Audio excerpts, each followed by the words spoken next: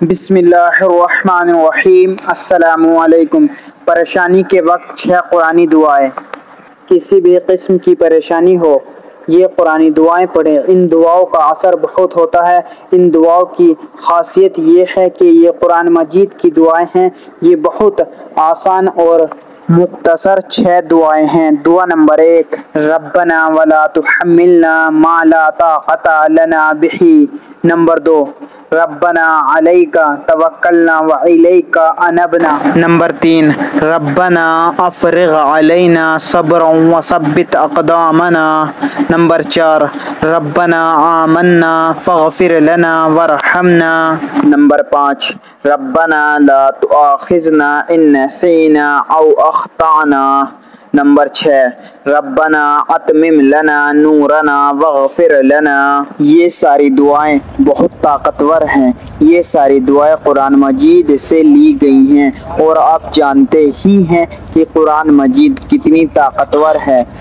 تو قرآن مجید سے جو دعائیں لی جائیں گی وہ دعائیں کتنی طاقتور ہوں گی۔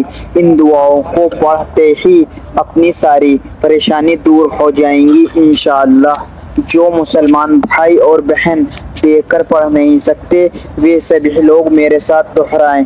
میں آپ کو کچھ دفعہ دہرا کر دکھاؤں گا۔